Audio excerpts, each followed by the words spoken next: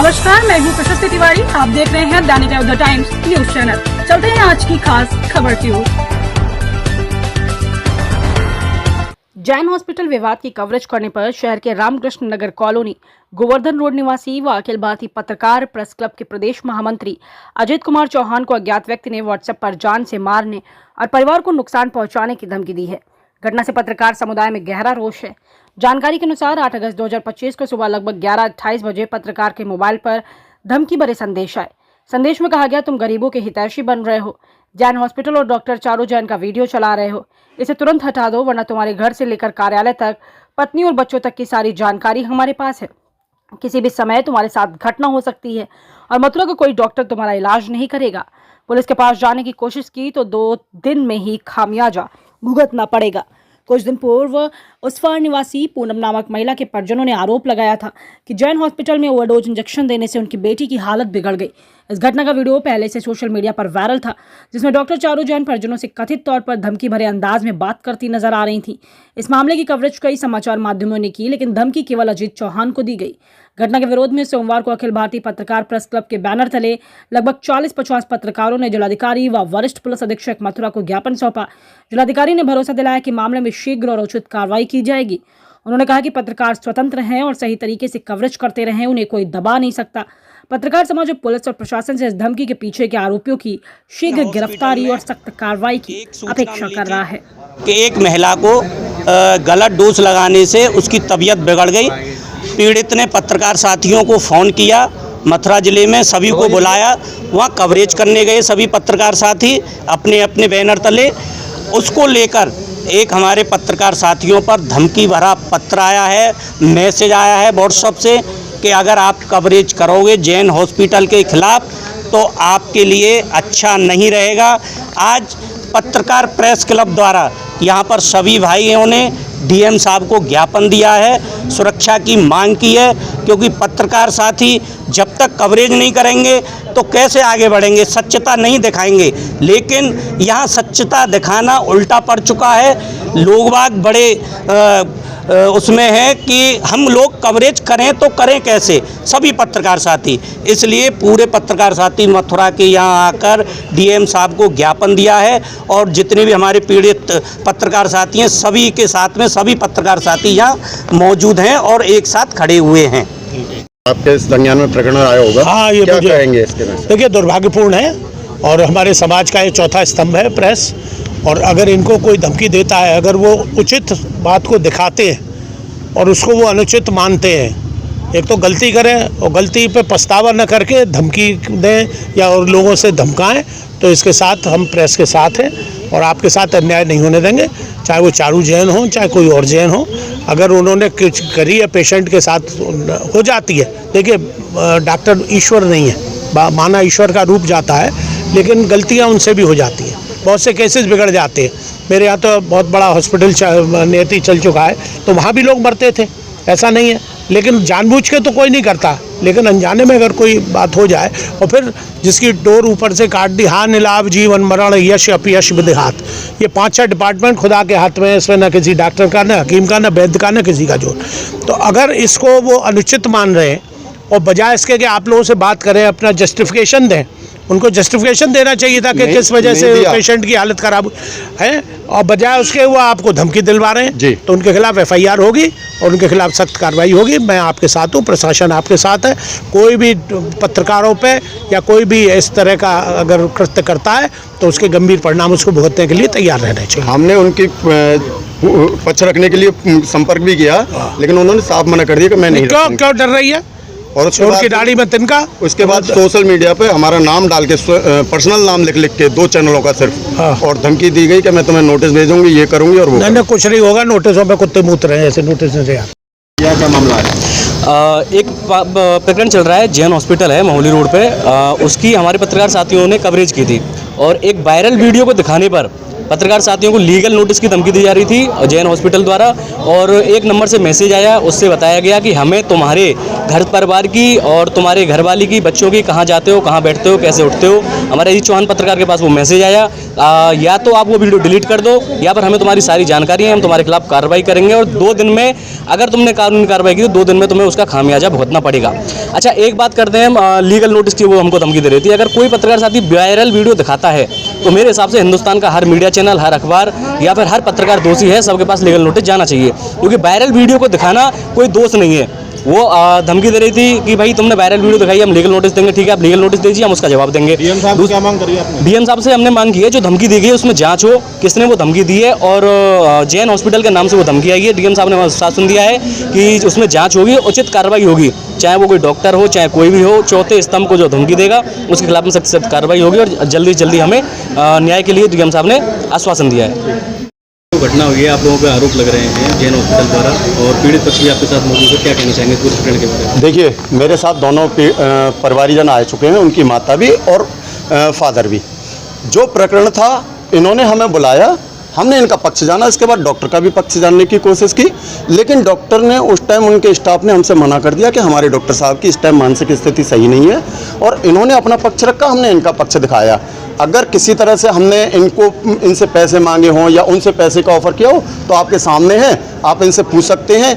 हम निष्पक्ष कार्य करते हैं, ईमानदारी से पत्रकारिता करते आए हैं और करते रहेंगे।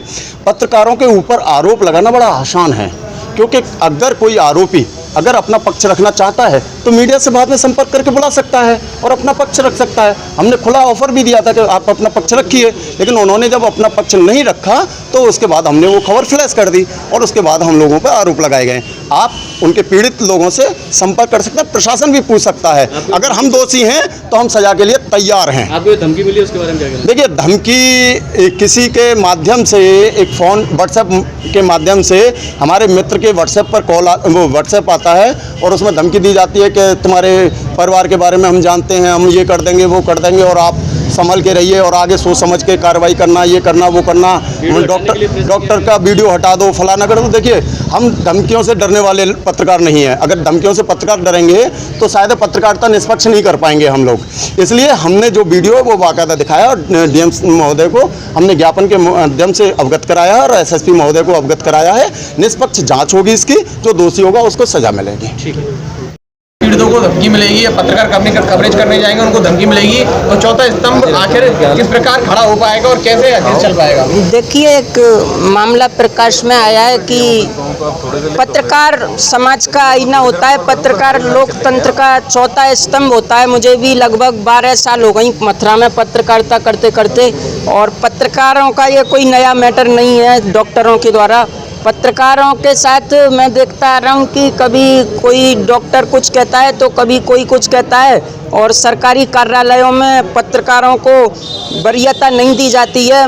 मामला यूँ है कुल मिलाकर कि गोपाल ठाकुर और ये अजीत चौहान पत्रकार हैं हमारे, इनको जैन हॉस्पिटल में जो वाक़या हुआ था, उन पत्रकारों को कुछ इनसे बोला गया है वायरल वीडियो चलाने पर। तो ये जो भी मामला है, इस पर मैं मांग करता हूं उत्तर प्रदेश के यशस्वी माननीय मुख्यमंत्री महोदय और भारत की राष्ट्रपति द्रौपदी मुर्मू और हमारे केंद्रीय सूचना प्रसारण मंत्री महोदय से, और हमारे राज्य की राज्यपाल महिला हैं आनंदीबेन पटेल, पूर्व मुख्यमंत्री गुजरात, उनसे और तमाम इन लोगों से मैं मांग करता हूं, मथुरा के जो हमारे जनप्रिय आदरणीय सांसद महोदया हेमा मालिनी जी से मैं निवेदन करता हूं कि पत्रकारों के साथ ऐसा हो रहा है तो आप भाजपा सरकार में अंदाज़ा लगा ही सकते हैं कि जो जनता का आम आदमी है उसके साथ क्या रवैया अपनाया जाता होगा। कहते हैं कि डॉक्टर तो भगवान का दूसरा रूप है, जान बचाता है,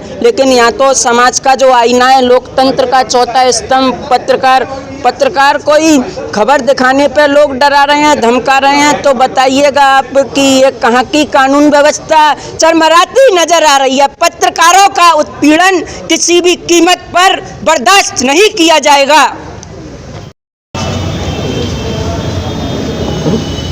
क्या नाम है तुम्हारा? अनीता नाम है मेरा। ये जैन हॉस्पिटल में क्या मामला बना था तुम्हारे साथ में? जैन हॉस्पिटल में लड़की भर्ती, बाकी 29 तारीख को ऑपरेशन हुआ वाके 1 महीना पहले। 1 महीना पहले। फिर बाकी बाद मैंने 4 दिन बाद छुट्टी दी। छुट्टी के बाद वो बोली कि तीसरे दिन आना। मैंने कहा ठीक है आ जाऊँगी। हर तीसरे दिन आप बुलाई मैं कि लाली के टाँके पक गई और इसमें मुआद भर गए। मैंने कोई दिक्कत ना, मैं तीसरे दिन आती रही। फिर मैंने बोले कि उन्होंने कहा तो जाको घाव से है का है वो ख़त्म है गो जाके, और दूसरी बार ऑपरेशन हो गए। वो अपने आप बोले बगैर क्या? अपने आप ही, हमें तो दिखाया नहीं ना, यूँ दिखाते कि लड़की की चीज़ परेशानी है। अब मैंने कि वो तो नहीं कहा दिखा दो, मैंने देखो तो कह जाके तो भला घाव है, कह नहीं ऐसे में टाँके भर जाएंगे। और मैंने टाँके भरे तो मैंने इंजेक्शन लगाया। इंजेक्शन लगाते कि हमें लड़की के हाथ पे रह गए। खूब बढ़िया काम थे अपने, तो बढ़िया लेके आई। इन्हें छुट्टी दे दी, खूब चल के आई, खाए पी के आई, खूब खानो पीनो। आते ही हमें इन्हें इंजेक्शन लगाया। इंजेक्शन 3 बार इंजेक्शन दिया इनने। 3 बार इंजेक्शन के बाद बाकी हाथ पैर बिल्कुल ही ख़त्म है गए, उठवे नहीं, बिल्कुल उठाऊँ तो उठे नहीं और रोने लग गए। मैंने की जी का हो, मैं भी घबराऊँ तो मुँह तो यूँ कह में कोई बात नहीं, घबरावे की ज़रूरत नहीं है, और तुम्हारी लड़की जैसी आई ऐसी पैदल चल के जाएगी और हम आज जाए हम भर्ती करेंगे। मैंने शाम को भर्ती कर ली। मैंने कोई बात नहीं, मैंने भर्ती कर लो। और बाकी पापा को नहीं, भैया भी नहीं, मैं अकेली लेके आई लाली पट्टी करवाए। और वो काके में रात को 2:30 बजे बोले बोलते कि माता जी ऐसा करो, रेफर करो इस लड़की को और अपनी कहीं पे ले जाओ और इसके हाथ पाँव में। आपको रेफर करने के लिए बोला था आपसे? यूँ करे नीनो हॉस्पिटल में ले जाओ, नीरो में ले जाओ, कहीं भी ले जाओ। और मांड का ऑपरेशन होगा, गले का ऑपरेशन होगा। गले में कोई कमी थी? कुछ नहीं, कमी कछु नहीं वाके अपने आप ही आप कहे लगे। फिर बोली कि 2000 रुपये जमा करो और बा डॉक्टर बुला रही हूँ। अब 2000 रुपये मुँह पे जमा करवा ली रात को, वो डॉक्टर बुलाए।